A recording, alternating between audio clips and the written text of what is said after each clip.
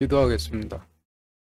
하나님, 오늘 누가복음 2장 합니다. 저희 누가복음 2장 하는데 진리로 이끌어 주시고 저희가 깨달은 진리 안에 거할 수 있도록 허락하여 주시옵소서. 예수 그리스도 이름으로 기도드렸습니다. 네.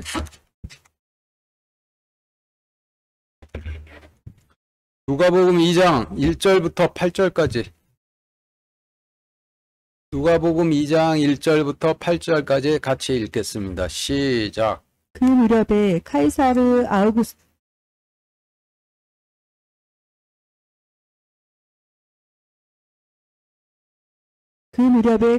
아우구스투스가 칙령을 내려 온 세상이 조세 등록을 하게 하였는데, 이 조세 등록은 구레뇨가 시리아의 총독이었을 때 처음 한 것이더라. 모든 사람이 조세 등록을 하러 저마다 자기의 도시로 가매 요셉도 다윗의 집과 혈통에 속하였으므로 갈릴리의 나사렛에서 나와 유대로 올라가 베들레헴이라 하는 다윗의 도시에 이르러 자기의 정혼한 아내 마리아와 함께 조세 등록을 하려 하였는데, 그녀가 아이를 베어 배가 불렀더라. 이처럼 그들이 거기 있을 때 그녀가 해산한 날들이 다 참해 그녀가 자기의 맏아들을 낳아 포대기로 싸서 구유에 누였으니, 이는 여관에 그들을 위한 방이 없었기 때문이더라. 바로 그 지역에서 목자들이 들에 거하며 밤에 자기 양떼를 지키더라. 7절에서 그녀가 자기의 맏아들을 낳아 포대기로 싸서 구유에 누였으니 이는 여관에 그들을 위한 방이 없었기 때문이더라 라고 하였는데, 하나님께서 아무리 인간의 몸으로 태어나셨더라도 하나님께서 머무르셔야 할 자리는 지성소 내부의 긍휼의 자리이죠. 출애굽기 30장 6절 같이 읽겠습니다. 시작. 이 제단을 증언 위에 있는 긍휼의 자리 앞, 곧 증언 궤 앞에 있는 휘장 앞에 둘지니, 이 긍휼의 자리는 내가 너와 만날 곳이니라.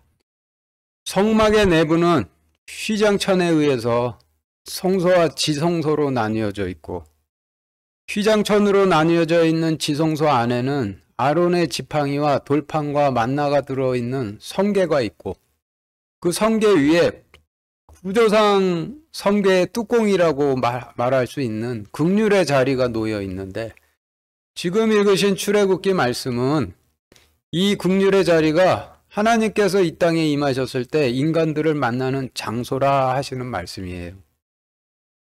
하나님께서 이와 같이 한번 말씀하셨으니, 하나님께서 아무리 아기의 몸으로 오셔서 누우신다 해도 하나님께서 누우셔야 할 장소는 거룩한 성전 내부에 휘장으로 덮여 있는 지성소한 긍휼의 자리 위가 되는데, 그런데 성전 내 방이 없어 급한 대로 포대기에 쌓아 뉘어드린 것을, 누가복음 말씀에서 여관에 방이 없어서 급한 대로 포대기에 쌓아 구유에 뉘어드렸다라고 기록이 되어 있는 것이죠. 성전에 주님께서 누우실 곳이 없었다 함을 여관에 주님께서 누우실 곳이 없었다라고 기록을 한 것이고, 그러면은 누가복음에서 앞에서 읽으신 조세 등록이라 함도 하나님께 드리는 유월절과 같은 제사를 조세 등록이라고 한 것이 되는 것이죠. 그래서 1절부터 7절까지 지금 읽으신 말씀을 의미하는 바를 다시 정리를 해보면은, 다윗 왕 때부터 모든 백성들로 하여금 호적을 하도록 하여 그것이 초림 때까지 이어져 이스라엘 백성들이 하나님께 바치는 제사인 유월절, 장막절, 칠칠절을 조세 등록하듯이 하고 있었는데, 성전이 하나님께 바치는 제사를 조세 등록하듯이 하려는 사람들로 붐벼서 하나님께서 인간의 몸으로 오셔서 휘장으로 덮여있는 지성소 안에 긍휼의 자리에 위에 눕지를 못하시고 급한 대로 포대기에 쌓여서 구유에 누우셨다라는 그런 뜻의 말씀이 되는 것이죠. 백성들로 붐비기는 하였는데 약속을 전하는 제사장들이나 그 약속을 들어야 하는 백성들이나 하나님 약속과는 상관없이 살아서 도둑같이 임하셨을 때 알아보지들을 못하셨다라는 말씀이 되는 것이고, 이어지는 말씀은 그러나 들에서 양을 치던 목자들에게는 그 천사들을 보내주셔서 알려주셨다라는 내용으로 이어지는데, 그 주님께서 육신으로 처음 오셔서 앉으실 자리를, 누우실 자리로 구유를 선택을 하셨는데, 어째서 구유를 선택하셨는지를 알아보기 위해서 창세기 30장 38절, 출애굽기 2장 16절 이어서 같이 읽겠습니다. 시작. 양떼가 마시러 올 때에 자기가 껍질을 벗긴 가지들을 양떼 앞에 물구유 홈통 속에 세워놓으니 이것은 그것들이 마시러 올 때에 수태하게 하려 함이더라. 이제 미디안의 제사장에게 딸 7이 있더니 그들이 와서 물을 깃고 구유에 채워 자기들의 아버지의 양떼에게 먹이려 하는데, 예, 지금 읽으신 말씀을 통해서 보면은 구유라 함은 그 양들이 마실 물을 채워놓는 곳인데, 성경에서 양은 이스라엘 백성들을 의미하고, 물이라 함은 사람은 물과 성령님으로 거듭 태어나야 천국에 들어가리라 라고 하신 말씀에서의 그 물을 의미하는 것이죠. 구유는 양들이 마셔야 하는 물이 있는 곳이고, 주님께서 물과 성령님으로 거듭 태어나도록 하시는 물이시니, 주님께서 구유에 계신 것이 논리적으로 맞는 것이 되죠. 인간과 짐승 간의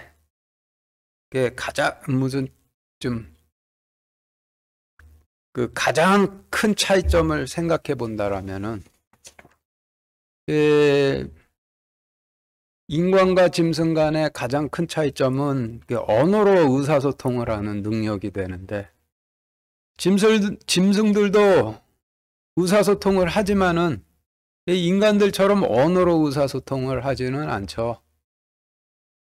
짐승에는 날짐승, 들짐승, 물짐승인 물고기가 있고, 성경에선 이를 정결한 짐승, 부정한 짐승으로 나누시는데, 정결하건 부정하건 떠나서 언어로 의사소통을 하면 인간이고, 그렇지 못하면 짐승이 되는 것이죠.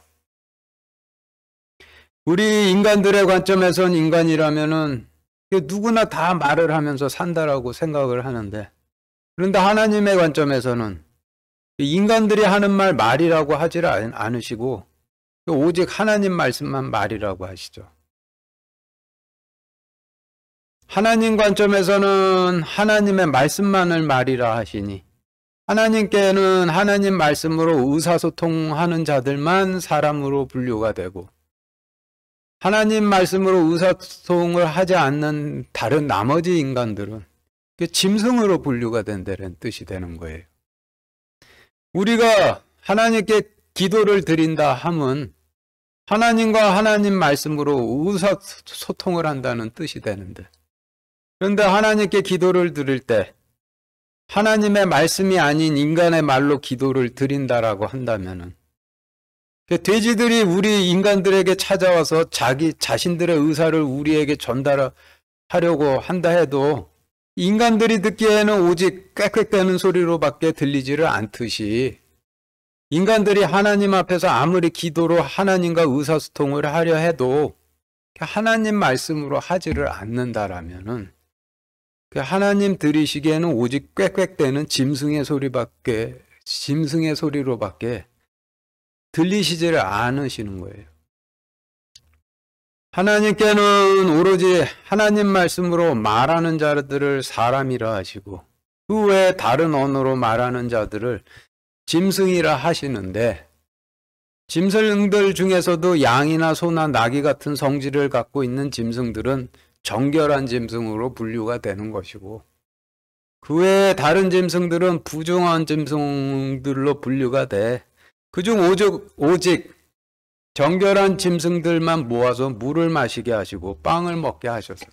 하나님 말씀으로 말을 하는 사람으로 낳으시는 것이죠. 이와 같은 과정을 물과 성령님으로 거듭 태어난다라고 하시는 것인데, 성경에서 물을 물고기라고 하기도 하시고 물에 삶은 고기라고도 하시기도 하는데 중요한 의미는 물이고 그 물은 주님 자신인데 그 물이 구유에 있으니 논리적으로 다 맞는 것이죠. 우리 인간이 먹는 모든 음식은 다른 생명체의 몸을 먹는 것이죠. 쌀이면은 쌀의 몸을 먹는 것이고, 물고기면 물고기의 몸을 먹는 것이고, 두부를 먹으면 콩의 몸을 먹는 것이고, 닭을 먹으면 닭의 몸을 먹는 것인데, 피는 쏟아버리고 몸만 먹는 것이죠. 살아있는 다른 생명체의 몸을 먹으려면은 반드시 그 생명체를 죽여서 먹어야만 하는데, 그 외 다른 방법으로는 다른 생명체의 몸을 먹어서 나 자신의 유한한 생명을 유지할 다른 방법이 없는 것이죠. 그런데 다른 생명체의 몸을 먹는다는 것을 엄밀히 좀 따져본다면은 그 다른 생명체의 몸을 먹는다라는 것은 그 생명체의 몸 안에 존재하던 생명만 흡수하고 그 나머지는 뒤로 배설을 하는 것인데, 그런데 우리가 먹는 생명체들이 그 영원히 사는 생명체들이 아니죠. 우리가 먹는 생명체들도 우리가 죽이지 않는다라고 해도 언젠가는 반드시 늙어 죽어야만 하는 유한한 생명체들이기 때문에 우리가 아무리 먹는다라고 해도 그 생명체의 몸을 아무리 먹는다라도 해도 결국 우리도 죽게 되는 거예요.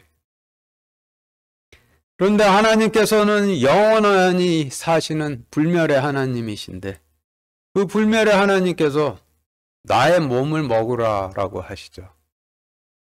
영원히 살고자 한다면 나의 몸을 먹고 영원히 살라고 그래서 몸을 주셨는데 그 몸을 성경에서는 삶은 고기라 하시기도 하시고 물고기라 하시기도 하시고 빵이라 하시기도 하시는 것이죠. 그래서 그런데 우리가 지극히 거룩하신 하나님의 몸을 먹을 수 있는 방법은 말씀을 읽든지 듣든지 쓰든지 말하든지 그 방법밖에는 없어요. 이어서 출애굽기 22장 31절 같이 읽겠습니다. 시작.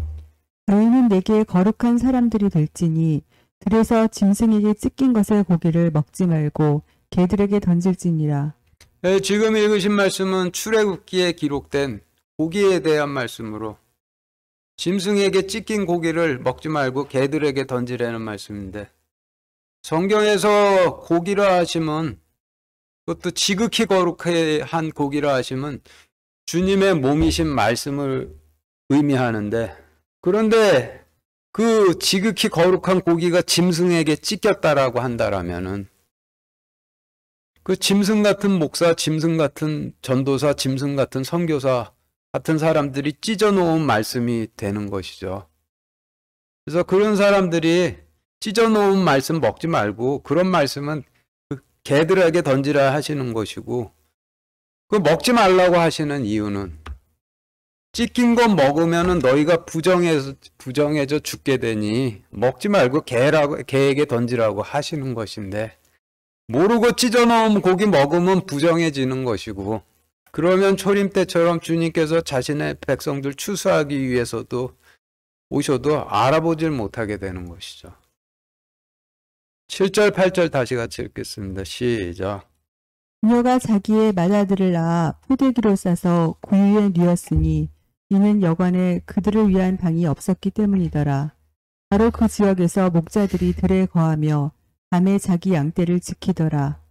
8절에서 바로 그 지역에서 목자들이 들에 거하며 밤에 자기 양떼를 지키더니 라고 하셨는데 제사장들이나 백성들이나 하나님께 바치는 제사를 조세 등록하듯이 해서 성전이 조세 등록하려고 하는 자들로 벅적벅적돼서 주님께서는 성전의 긍휼의 자리로 가질 못하시고 급하신 대로 포대기에 쌓여서 구유에 넣으셨는데 이스라엘에서 양을 치는 하나님의 목자들도 마찬가지였다는 얘기죠.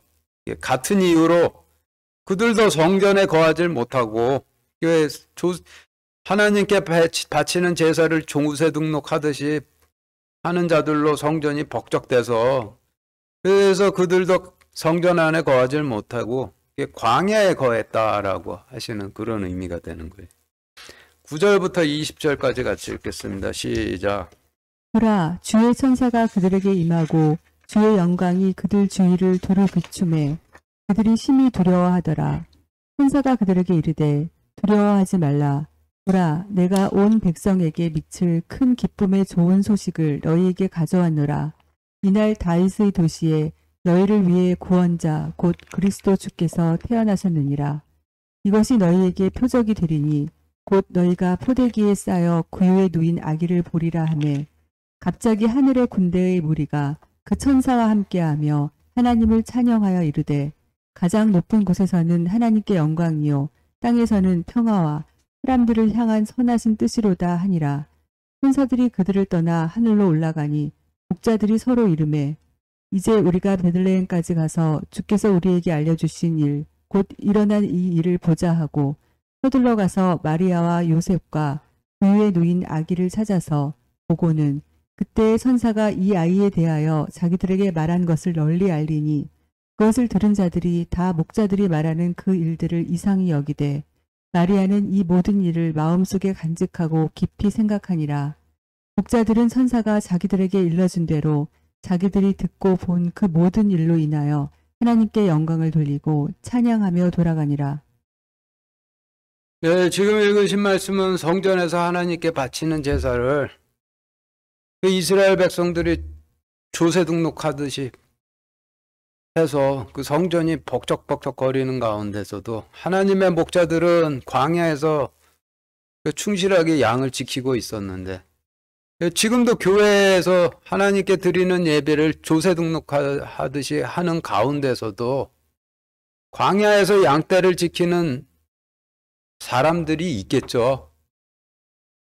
한쪽은 성전에서 벅적대고 다른 한쪽은 광야에서 양을 지키고 있는 가운데 주님께서 초림을 하셨는데, 성전에서 벅적대는 자들이나 들에서 양떼를 조용히 지키고 있는 목자들이나 양쪽 다 주님께서 초림하셨다라는 사실을 전혀 모르고 있는데, 그런데 하나님께서 예배해 두신 천사를 보내셔서 이 소식을 알려주시는데, 성전에서 하나님께 바치는 제사를 조세 등록하듯이 하는 자들에게는 알려주시질 않으시고 오로지 들에서 양떼를 지키고 있는 자신의 목자들에게 알려주셨다라는 말씀이죠. 주님께서 도둑처럼 임하셨으나 광야에서 양을 지키고 있던 자들에게는 결코 그렇지 않다라는 얘기죠. 천사를 보내셔 주셔서라도 알려주신다라는 그런 얘기, 뜻이 되는 거예요. 그리고 14절에서 천사들이 가장 높은 곳에서 하나님께 영광이요 땅에서는 평화와 사람들을 향한 선하신 뜻이로다 찬양을 했다라고 하는데, 천사들이 무슨 교회가 성가대 다음 주에 무슨 곡 부를까 선곡해서 연습해 찬양하듯이 그렇게 하나님을 찬양을 하지는 않았겠죠. 그동안 몰라왔던 하나님의 계획을 비로소 깨닫게 되어서 어떻게 이런 일이 있으리요? 어찌 이런 일이 있으리요? 라고 경탄을 하면서 찬양을 했다라는 그런 얘기가 되는 거죠. 그리고 15절, 16절에서 들에서 양을 치던 목자들이 천사들과 전해준 소식을 듣고 이제 우리가 베들레헴에 있는 여관까지 찾아가서 보자 하고 조세 등록하는 사람들로 꽉 찬 여관으로 찾아가 포대기로 싸서 구유에 누인 하나님을 보며 찬양을 했다라고 하는데, 이 말씀은 이스라엘에서 양을 지키던 자들이 성전으로 가서 포대기에 쌓여진 하나님을 보며 찬양할 것이라는 그런 뜻이 되는 것이죠. 뒤에 나오는 늙은 시므온과 안나가 광야에서 양을 지키고 있던 주님의 목자들이 되는 것이고, 광야에서 양을 지키던 목자들에게 천사가 임해 주님께서 초림하신 여관을 알려주어 그곳으로 찾아가 주님을 영접하였듯이 광야에서 이스라엘의 백성들을 지키던 늙은 시므온과 안나 같은 이스라엘의 목자들에게 성령님께서 임하셔서 성전으로 가보라 알려주셔서 그들이 성전으로 찾아가 포대기에 쌓여 계신 주님을 뵙고 영접하게 된다라는 그런 말씀이 다음에 이어지게 되는 거예요. 21절부터 33절까지 같이 읽겠습니다. 시작. 아이에게 할례를 행하기 위해 여드레가 찼을 때 그들이 그의 이름을 예수라 하니라. 그것은 그분께서 태 속에 수태되기 전에 천사가 일러준 이름이더라. 또 모세의 율법에 따라 그녀를 정결하는 날들을 채우매 그들이 아이를 데리고 예루살렘에 가니 이것은 주의 율법에 기록된 바 태를 여는 모든 남자는 주께 거룩한 자라 불리리라 한 대로 아이를 주께 드리고 또 주의 율법에서 이르신 대로 산비둘기 한 쌍이나 집비둘기 새끼 2마리로 희생물을 드리려 함이더라. 그런데 보라, 예루살렘에 시므온이라 하는 사람이 있었는데 바로 그 사람은 의롭고 독실하여 이스라엘의 위로를 기다리는 자더라. 성령님께서 그 위에 계시더라. 그가 주의 그리스도를 보기 전에는 죽음을 보지 아니하리라는 것이 성령님에 의해 그에게 계시되었더라. 그가 성령을 힘입어 성전에 들어가니 마침 아이의 양친이 율법의 관례대로 아이에게 행하려고 아이 예수님을 데려오므로 이에 그가 아이를 팔에 안고 하나님을 찬송하여 이르되 주여 이제 주의 말씀대로 주의 종이 평안히 떠나도록 허락하소서. 내 눈이 주의 구원을 보았사온데 그것은 주께서 모든 백성들의 얼굴 앞에 예비하신 것이요 이방인들을 밝히는 빛이요 주의 백성 이스라엘의 영광이니이다 하매 요셉과 아이의 어머니는 그가 아이에 관하여 말한 그 일들로 인해 놀라더라. 네, 지금 읽으신 말씀에서 앞부분은 하나님께서 레위기에서 여자가 아들을 낳았을 때 아이 낳은 여자를 정결하게 하는 명령에 따라 요셉이 주님과 마리아에게 그대로 행하려 했다라는 말씀이고 뒤에 이어지는 뒷부분은 갑작스럽게 등장한 늙은 시므온이 한 말인데 이 앞부분과 뒷부분이 반전처럼 구성이 되어 있죠. 하나님께서 레위기에 주신 명령에 따라 요셉이 주님과 마리아에게 레위기를 통해 주신 명령을 행하려고 하는데 그런데 바로 그때 시므온이라는 자가 갑자기 등장을 해서 뭔지 명확하지는 않지만은 이게 어떤 반전이 이루어지고 있는 것이죠. 요셉이 주님과 마리아에게 하나님께서 주신 그 레위기에 어떤 명령을 행하려고 했는지 알아보기 위해서 레위기 12장 2절부터 8절까지 같이 읽겠습니다. 시작.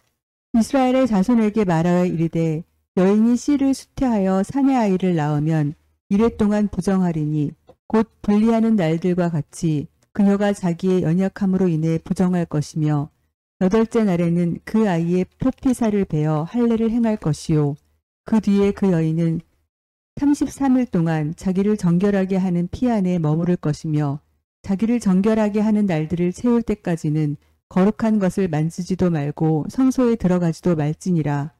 아들을 위해서든 딸을 위해서든 그녀를 정결하게 하는 날들을 채우면 그녀는 1년 된 어린 양을 번제 헌물로 취하고 또 집비둘기 새끼나 산비둘기를 죄 헌물로 취하여 회중의 성막문으로 제사장에게로 가져갈 것이요 제사장은 그것을 주 앞에 들여서 그 여인을 위해 속죄할지니 그리하면 그녀가 자기의 피 유출해서 정결하게 되리라. 이것은 남자나 여자를 낳은 여인에 관한 법이니라. 그 여인이 어린 양을 가져올 능력이 없거든 산비둘기 2마리나 집비둘기 새끼 2마리를 가져다가 하나는 번제 헌물로 다른 하나는 죄 헌물로 삼을 것이요 제사장은 그녀를 위해 속죄할지니 그녀가 정결하리라. 예, 지금 읽으신 말씀은 하나님께서 모세를 통해 여자가 아들을 낳았을 때 아들과 여자에게 행하도록 하신 명령인데 요약을 해보면은 여자가 아들을 낳으면은 이래 동안 부정하니라 8일째 아들에게 할례를 행하라. 그리고 그 33일간 정결하는 피 가운데 거하라. 그리고 어린 양과 비둘기를 바치라 이죠. 그런데 하나님께서 이와 같은 명령을 주셔서 지켜 행하도록 하신 목적이 아들을 얻은 남편을 깨끗게 하기 위함도 아니고 태어난 아들을 깨끗게 하기 위함도 아니고 오로지 아들을 낳은 여자의 부정함을 깨끗게 하기 위해 주신 명령인데 요셉이 이 명령에 따라서 주님과 마리아에게 그대로 행하려 했는데 바로 그때 시몬이라는 자가 갑자기 등장해서 어떤 반전이 이루어지고 있는 것이죠. 주님께서 오시기 전까지는 오늘 갑작스럽게 등장한 그 시므온이나 요셉이나 그 밖에 모든 이스라엘 백성들이 여자가 아이를 낳으면은 부정한 것이고 그러면은 레위기 명령에 따라서 그대로 하기만 하면 되는 것인 줄 그렇게만 알고 알았는데 요셉이 주님과 마리아에게 레위기의 기록된 명령대로 행하려고 성전으로 들어왔을 때 늙은 시므온이 그들과 함께 오신 아기가 하나님이심을 알아보죠. 그러면 레위기 명령이 완전히 다른 의미가 되어버리는 것인데 레위기에 기록된 명령이 단순히 여자가 아들을 낳으면 부정하니 아기와 여자에게 레위기에 기록된 명령대로 하라는 의미가 아니라 주님과 주님을 낳은 이스라엘 백성들에게 레위기에 기록된 명령대로 행하라 하는 뜻으로 그 명령의 뜻이 바뀌게 되는 것이고 그리고 그것은 침례 요한에게 주님과 주님을 낳은 신약 시대의 백성들에게 레위기의 명령대로 행하라 하시는 그런 뜻이 되어버리는 거예요. 그래서 이 반전과 같이 기록이 되어 있는 것이죠. 그래서 요셉이 주님과 마리아에게 레위기에 기록된 명령대로 행하려고 성전에 왔을 때 시므온이 그게 아니라 하는 듯한 뉘앙스로 말을 한 것인데 2장에 이어서 3장에서 바로 그 침례 요한이 등장해서 그 침례 요한에 관한 말씀이 나오는데 그 3장 읽어보지 않더라도 그 3장에 기록된 침례 요한에 대한 기록 내용이 이 레위기에서 명하신 대로 침례 요한이 주님과 주님을 낳은 부정한 이스라엘 백성들에게 레위기의 명령 그대로 행했다라는 그런 내용이 되겠죠. 레위기 12장 2절 다시 같이 읽겠습니다. 시작. 이스라엘 자손에게 말하여 이르라. 여인이 씨를 수태하여 사내 아이를 낳으면 이래 동안 부정하리니 곧 분리하는 날들과 같이 그녀가 자기의 연약함으로 인해 부정할 것이며. 네, 성경 말씀은 항상 두 개의 플러스로 기록이 되어 있죠.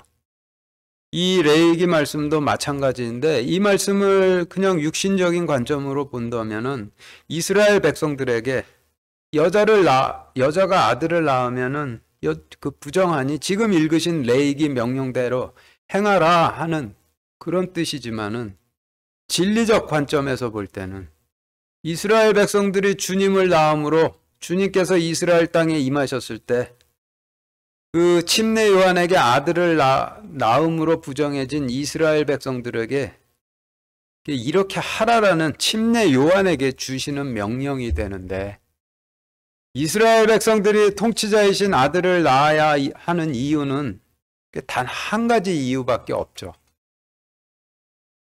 오로지 자신들의 부정함으로부터 구원을 받기 위해 그래서 통치자를 낳아야 하는 거예요. 죄가 없으면은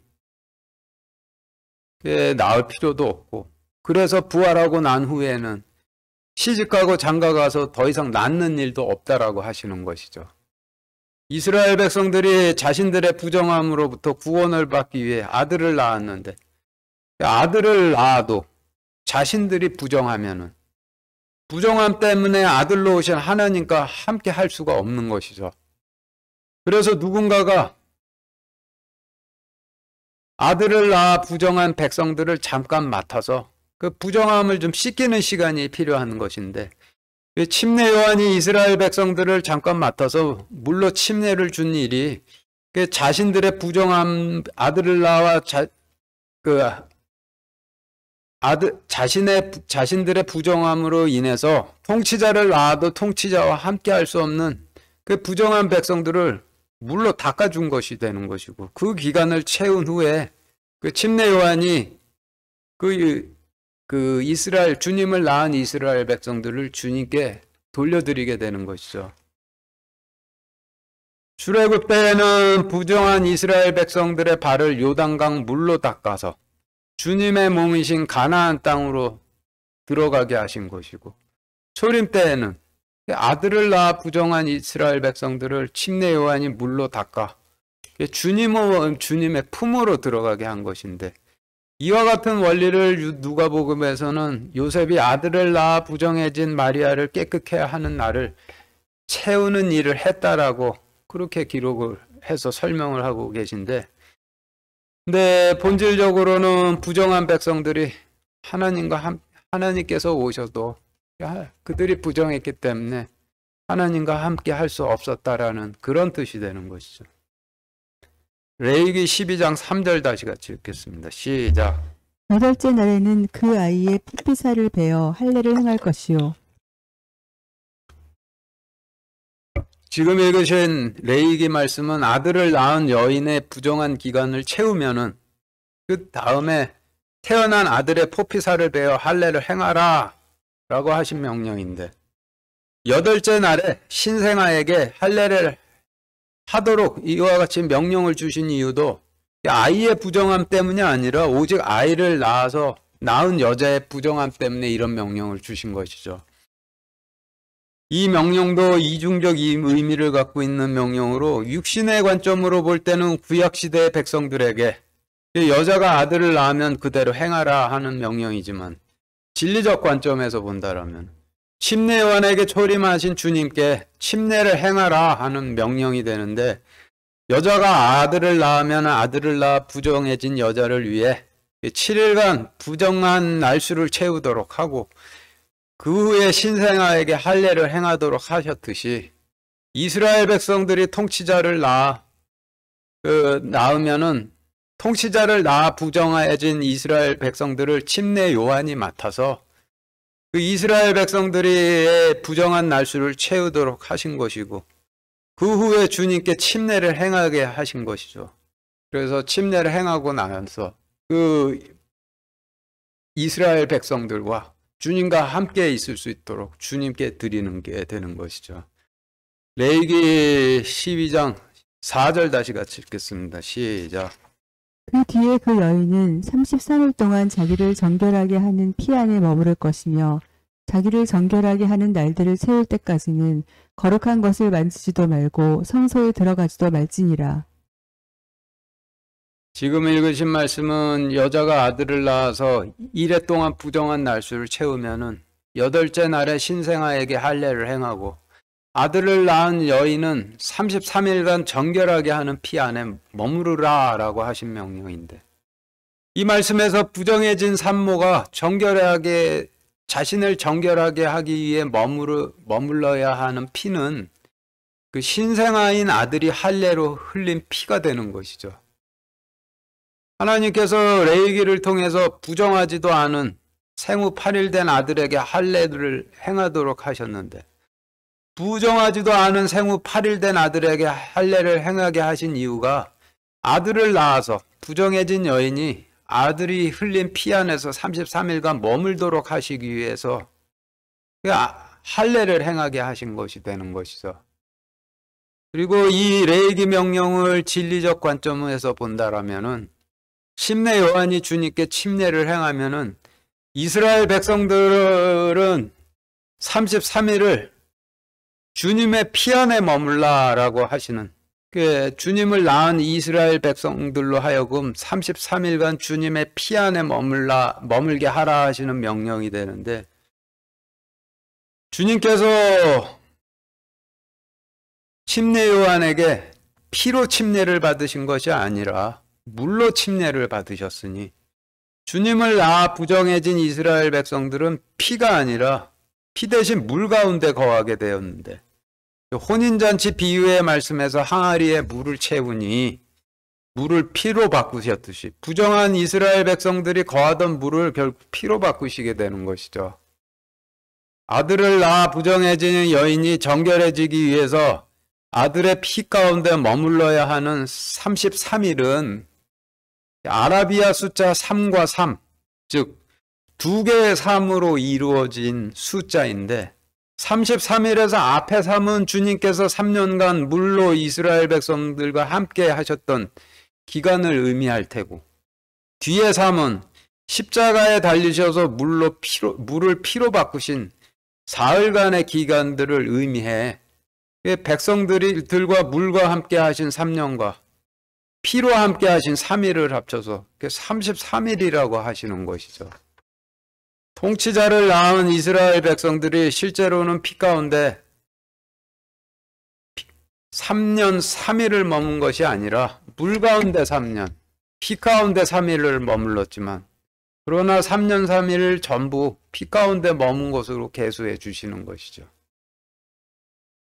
사무엘하 5장 5절 같이 읽겠습니다. 시작.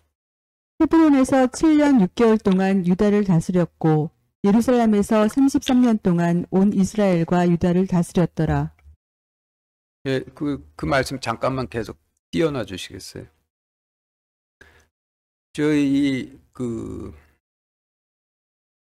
지금 읽으신 말씀은 레위기에서 여자가 아들을 낳았을 때 부정한 기간인 7일과 아들에게 할례를 행해서 아들의 흘린 피 가운데 거해야 하는 33일과 연관되는 말씀이 혹시 없나 찾아보다가 찾은 말씀인데 다윗 왕은 주님께서 오시기 전에 주님께서 잠시 이스라엘 백성들을 맡기셨던 자인데 다윗 왕도 하나님께서 광야로 보내셔서 낳은 아들이어서 다윗을 낳은 백성들이 부정한 기간인 7년은 유다에 거했고 7년간 부정한 기간을 채우고 나서 33년 동안은 온 이스라엘 백성들을 다스렸다라고 하는 것인데 레위기에서 기록되어 있는 여인이 7일간 부정한 기간을 채우고 그 후에 아들이 흘린 피 안에서 33일간 거하여야 한다라는 그 명령과 동일한 것이죠. 6절부터 8절까지 같이 읽겠습니다. 시작. 아들을 위해서든 딸을 위해서든 그녀를 정결하게 하는 날들을 채우면 그녀는 1년 된 어린 양을 번제 헌물로 취하고 또 집비둘기 새끼나 산비둘기를 죄 헌물로 취하여 회중의 성막문으로 제사장에게로 가져갈 것이요 제사장은 그것을 주 앞에 들여서 그 여인을 위해 속죄할지니 그리하면 그녀가 자기의 피 유출해서 정결하게 되리라. 이것은 남자나 여자를 낳은 여인에 관한 법이니라. 그 여인이 어린 양을 가져올 능력이 없거든 산비둘기 2마리나 집비둘기 새끼 2마리를 가져다가 하나는 번제 헌물로 다른 하나는 죄 헌물로 삼을 것이요 제사장은 그녀를 위해 속죄할지니 그녀가 정결하리라.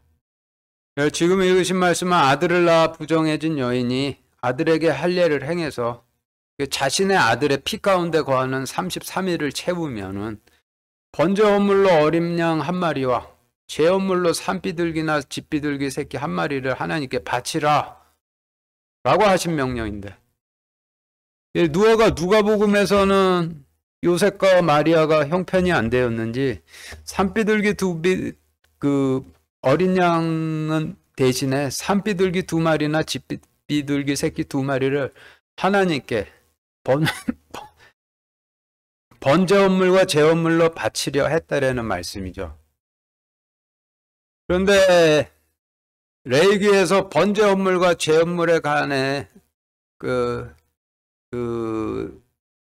번제 헌물과 죄 헌물을 드리는 방법에 대해서 하나님께서 그 명령을 주셨는데, 그런데 그 번제 헌물과 죄 헌물을 드리는 그 방법 간의 가장 큰 차이점은 번제 헌물은 고기만을 바치는 것이고 죄 헌물은 기름만을 바치는 차이가 있죠. 그래서 번제 헌물은 어린 양의 몸인 고기를 바치는 것이고 죄 헌물 비둘기는 기름을 바쳐야 법리적으로는 맞는데 비둘기가 워낙 작아서 분리해낼 기름이 적기 때문에 기름 대신에 기름을 짜듯이 피를 짜서 바치죠. 그리고 성경에서는 점 없고 흠 없는 어린 양은 주님을 의미하고 비둘기는 성령님 의미하죠. 주님께서 침례 요한에게 침례를 받으실 때 성령님께서 비둘기가처럼 내려오셨다라는 그런 말씀도 있고, 창세기에서 또 아브라함에 관한 말씀에서도 그와 같이 설명을 하고 있죠. 번제 헌물로 어린 양을 바친다 함이 구약 시대에는 그 점 없고 흠 없는 어린 양을 골라서 그 몸을 바치는 것이고, 그런데 신약 시대에는 주님의 몸이신 말씀을 바치는 것이 되는 것이죠.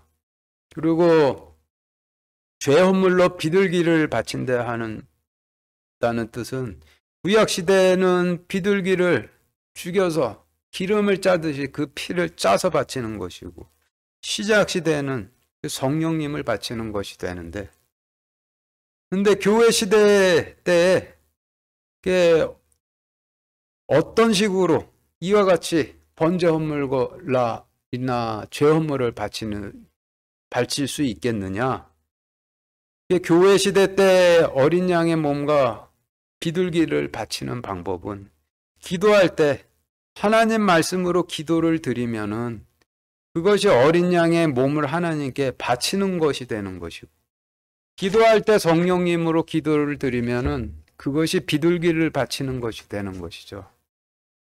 그러면은 반대로 기도할 때 인간의 말로 기도를 드리고 세상 영으로 기도를 드린다라면은 그것은 하나님께 부정한 고기를 바치는 것이고 부정한 기름을 바치게 되는 것이 되는 거죠. 하나님께서 레위기를 통해서 아들을 낳아 부정해진 여인에게 정결하게 하라고 하신 명령은, 이게 주님의 신약 시대의 주님의 11 제자들에게 이 레위기에서 주셨던 명령이 전부 다 이루어졌다라고 봐야 하는데, 그런데 제자들이 주님을 낳고 부정하여 침례 요한과 함께 하였고, 그 후에 침례 요한이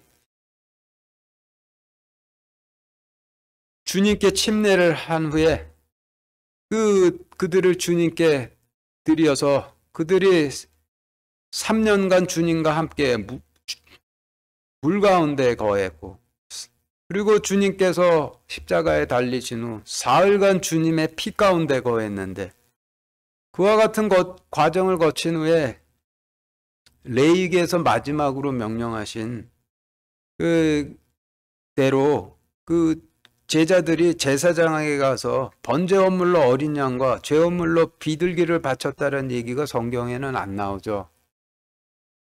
그렇지만은 바친 것이 성립이 되었기 때문에 그들이 아들로 태어났다라고 봐야 하는 건데, 그들도 몰랐겠지만은 기도를 통해서 하나님에게 말씀을 바치고 성령님을 바치는 일을 통해서 자신들도 모르는 사이에 번제 헌물로 어린 양을 바치고 죄 헌물로 비둘기를 바치고 했던 레위기의 명령이 다 이루어지고 있었던 것이 되는 거죠. 25절부터 35절까지 같이 읽겠습니다. 시작. 죄송합니다. 34절, 35절 같이 읽겠습니다. 시작. 시므온이 그들을 축복하고 아이의 어머니 마리아에게 이르되, 보라, 이 아이는 이스라엘에서 많은 사람을 넘어지게 하고 다시 일어나게 하기 위해 세워졌으며 또 비방을 받는 표적이 되기 위해 세워졌나니 참으로 칼이 내 혼도 찔러 꿰뚫느니라. 이것은 많은 사람의 마음이 생각이 드러나게 하려 함이니라 하더라. 주님께서 이스라엘의 제사장들에게 백성들을 아내로 삼아서 메시아를 낳을 것이라는 약속의 씨를 뿌리라 명하셨는데, 그런 명령을 받은 제사장들이 중세 때의 카톨릭이나 지금의 교회들처럼 백성들을 아내로 삼지 않고 교인들로 삼아서, 주님께서 초림하셔서는 제사장들이 교인 삼은 백성들을 다시 제자로 삼으시기 위해서 복음을 선포를 하셨는데, 스스로 너무들 잘해서 당연히 천국 갈 것이라고 생각하던 그 교인들에게 전부 멸해버리시겠다는 복음을 전하신 것이죠. 그래서 듣고 믿으면 넘어지지만은 넘어지면 다시 일으켜 주시는 것이죠. 36절부터 38절까지 같이 읽겠습니다. 죄송합니다. 36절부터 39절까지 같이 읽겠습니다. 시작. 또 아셀 지파에 속한 바누엘의 딸 안나라 하는 여대언자가 있었는데 그녀는 나이가 매우 많더라. 그녀가 처녀 생활을 벗어나 7년을 남편과 함께 살다가 과부가 된 지 84년쯤 되니라. 그녀가 성전을 떠나지 아니하고 밤낮으로 금식하고 기도하며 하나님을 섬기더라. 마침 그때에 그녀가 나와 마찬가지로 주께 감사를 드리고 예루살렘에서 구속을 기다리던 모든 사람에게 이 아이에 대하여 말하니라. 그들이 주의 율법에 따라 모든 일을 행하고 갈릴리로 돌아가 자기들의 도시 나사렛에 이르니라. 지금 읽으신 말씀에서 안나는 아들을 낳을 것이라는 약속을 믿었던 이스라엘 백성들, 구약시대 이스라엘 백성들을 의미하는데, 하나님의 약속을 지금 이 말씀이 레위기의 어떤 명령의 관점에서 기록이 되어 있는 건데, 그 하나님의 약속을 믿었던 이스라엘 백성들을 의미하는 안나가 7년은 함께, 그러니까 7년은 남편과 함께 살다가 과부가 된 지 84년쯤 되었더라 하신 말씀에서 7년을 남편과 함께 살았다 하는 뜻은 부정함이 사라지는 기간인 1회 동안은 제사장이 전하는 약속을 들으며 살았다라는 뜻이고, 남편이 죽어 과부가 되어 그 후 84년을 살았다라는 뜻은 제사장들이 더 이상 하나님의 약속을 전하지 않게 되어서 과부가 되었다라고 하시는 거고, 84년을 살았다는 말씀에서 84년은 그 레위기에서 아들을 낳아서 할례할 8일째가 되는 어느 그 8일째의 한 중간쯤에 있다라는 그런 의미가 되는 것이죠. 40절부터 47절까지 같이 읽겠습니다. 시작. 아이가 자라며 영이 강하게 되고 지혜가 충만하며 하나님의 은혜가 그 위에 있더라. 이제 그분의 양치는 해마다 6월절이 되면 예루살렘에 갔더라. 그분께서 12살 되셨을 때 그들이 그 명절의 관례대로 예루살렘에 올라갔다가 그 날들을 채우고 돌아갈 때에 아이 예수님은 뒤에 남아 예루살렘에 머무셨더라.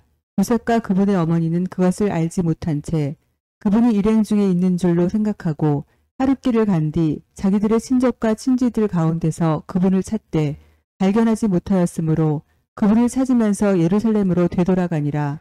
그들이 사흘 뒤에 그분을 성전에서 발견하였는데 그분께서 박사들 한가운데에 앉으사 그들의 말을 듣기도 하시며 그들에게 문제들을 묻기도 하시더라.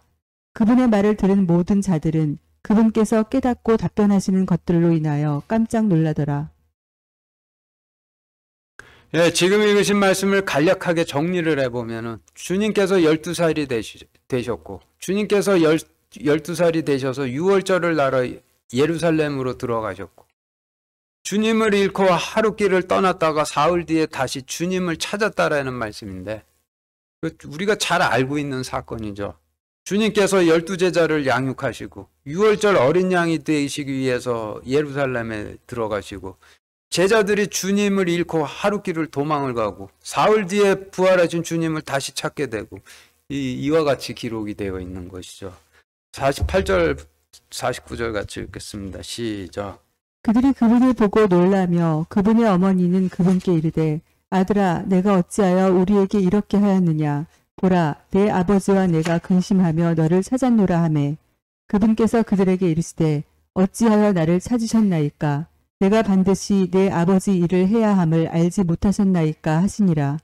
요셉과 마리아의 근심은 그 주님을 인간으로 알기 때문에 생기는 근심이고, 요셉과 마리아가 상징하는 침례 요한과 주님의 제자들도 주님을 선생님으로 알았을 때는 근심들을 하죠. 침례 요한은 감옥에서 주님께서 오시리라 하신 그분 맞습니까? 아니면 다른 분 기다려야 합니까? 라고 근심을 했고, 제자들은 주님께서 내가 팔리고 십자가에 달리는 사흘 만에 다시 일어서리라 라고 말씀하시면 몹시들 근심을 하였는데, 근심하는 요셉과 마리아에게 어찌하여 날 찾으셨나이까? 내가 반드시 내 아버지 일 행하여야 함을 알지 못하셨나이까? 라고 하셨는데, 근심하는 자들에게 어찌하여 그렇게 믿음이 없느냐? 내가 반드시 아버지의 일을 해야 함을 알지 못하느냐? 라고 하시는 것이죠. 50절부터 끝까지 같이 읽겠습니다. 시작. 그들은 그분께서 자기들에게 하신 말씀을 깨닫지 못하더라. 그분께서 그들과 함께 내려가사 나사렛에 이르러 그들에게 복종하시더라.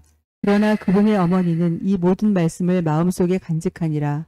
예수님께서는 지혜와 키가 자라며 하나님과 사람에게 더욱 호의를 입으시더라. 네, 마치겠습니다.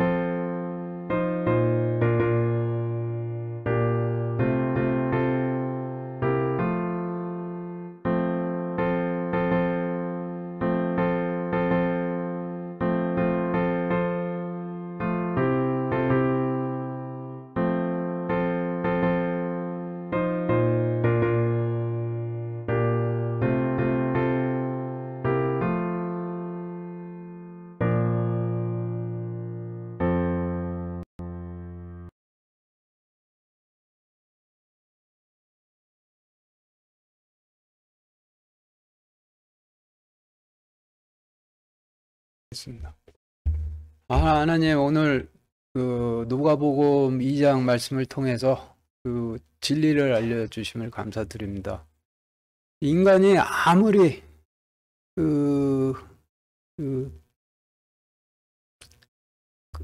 아무리 자기 삶을 산다고 그래도 결코 레이기의 그 명령을 벗어나지 못한다는 것을 다시 한번 이게 레이기의 명령을 벗어나지 못한다는 것을 통해서 인간이 하나님의 말씀을 절대로 벗어나지 못한다는 것을 알게 하여 주심을 감사드립니다.